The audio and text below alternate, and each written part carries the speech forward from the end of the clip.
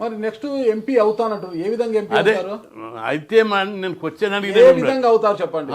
అయితే అప్పుడు మీరు ఏం చెప్తారని అడిగిన, మీరు తప్పుడు ప్రశ్న అడిగారని నేను చెప్తున్నాను. సరే సార్, స్ట్రైట్ ఆన్సర్ మీరు చేయండి. ఏ పార్టీ నుంచి ఏ విధంగా మీరు రాజ్యసభ కానీ లోక్సభ కానీ అవుతారు?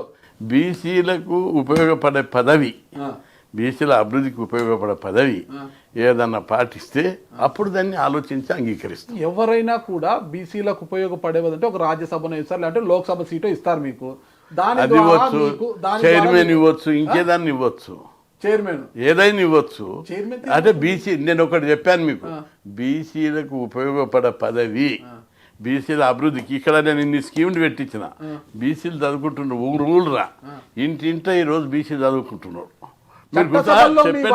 మీ వాయిస్ చట్టసభల్లోనే మీది కంఠశోష అవుతున్నప్పుడు ఒక చైర్మన్ పదవి ఇస్తే మీరు ఏం చేస్తారా? చైర్మనే కానీ చట్టసభలే కానీ వేదిక కరెక్ట్ కావాలి.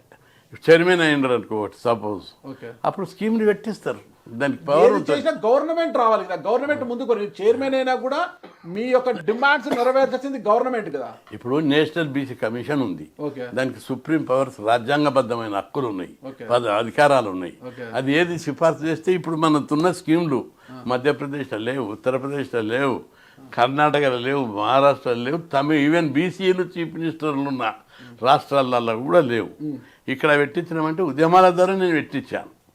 నాకు ఒక ఎజెండా ఉంది, దాన్ని మీరు వక్రీకరించొద్దు.